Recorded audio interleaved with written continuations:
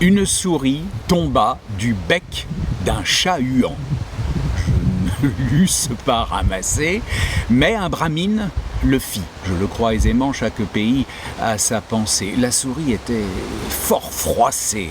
De cette sorte de prochain, nous nous soucions peu, mais le peuple brahmine le traite en frère. Ils ont en tête que notre âme, au sortir d'un roi, entre dans un ciron ou dans telle autre bête qu'il plaît au sort. C'est là l'un des points de leur loi.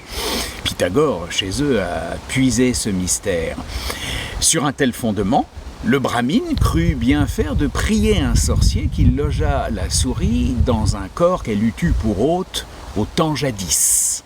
Le sorcier en fit une fille de l'âge de 15 ans, et elle est si gentille que le fils de Priam pour elle aurait tenté plus encore qu'il ne fit pour la grecque beauté. Le brahmine fut surpris de choses si nouvelles. Il dit à cet objet si doux: vous n'avez qu'à choisir, car chacun est jaloux de l'honneur d'être votre époux. En ce cas, je donne, dit-elle, ma voix au plus puissant de tous. Soleil, s'écria alors le brahmine à genoux, c'est toi qui seras notre gendre. Non, dit-il, ce nuage épais est plus puissant que moi puisqu'il cache mes traits, je vous conseille de le prendre. Eh bien, dit le brahmine au nuage volant, es-tu né pour ma fille? Hélas non, car le vent me chasse à son plaisir de contrée en contrée. Je n'entreprendrai rien sur les droits de Borée.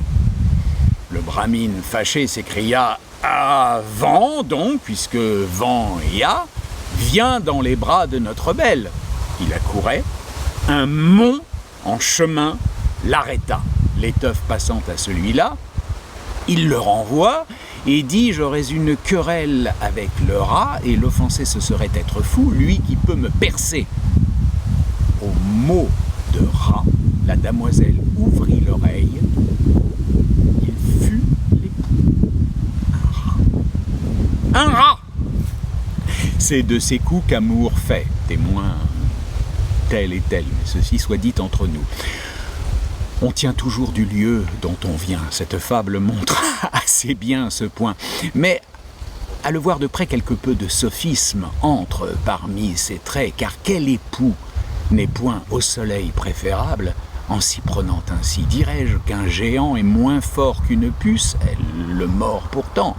Le rat devait aussi renvoyer pour bien faire la belle au chat, le chat au chien, le chien au loup. Par le moyen de cet argument circulaire, Pilpay jusqu'au soleil eut enfin remonté. Le soleil eut joui de la jeune beauté. Revenons, s'il se peut, à la métempsycose.